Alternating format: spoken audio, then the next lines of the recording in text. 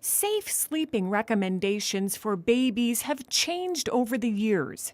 Brooklyn Center's Becky Boy knows this well. My first daughter was, sleep on the stomach era, and then when my second one was born 15 years ago, that's when that change happened. So, as these researchers are getting this information, we need to keep up with those times and make sure that, our babies stay safe. The city has been proactive about educating parents and caregivers, especially in light of recent tragedies. In the city of Brooklyn Center, beginning in April and going all the way up until August, we were impacted by 4 of these tragedies where infants were put to sleep for the night and they never woke up. Their first step is education.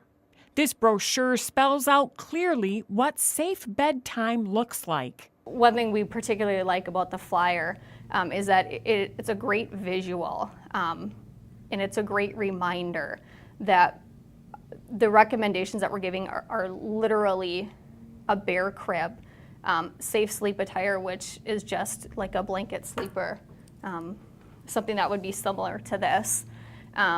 We want to emphasize that any extra sort of materials, which could be clothing or blankets or padding, is very unsafe just because it can create a suffocation issue.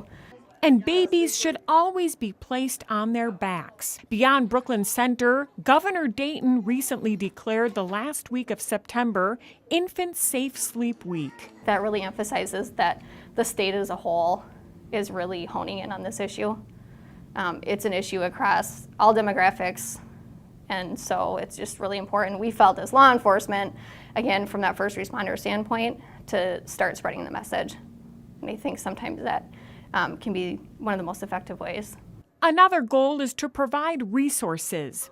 That will be an ongoing effort in Brooklyn Center, and it means partnering with organizations like the Minnesota SIDS Center. Our next step is to work with the Brooklyn Center School District in Early Childhood Family Education, and we will be presenting to one of their parent groups on November 1st, as well as bring in some people who can offer resources as far as families who maybe don't have access to a crib, don't have access to safe sleepwear and things like that, so that we can make sure that we're not only spreading the message, but we're getting people connected to the resources that they might need so that our recommendations are actually feasible for everybody.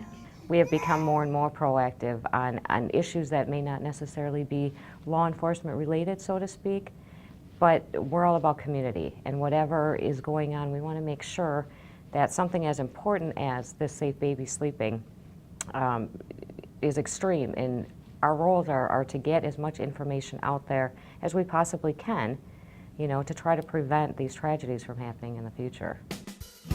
For more information, go to the Minnesota SIDS Center website at childrensmn.org.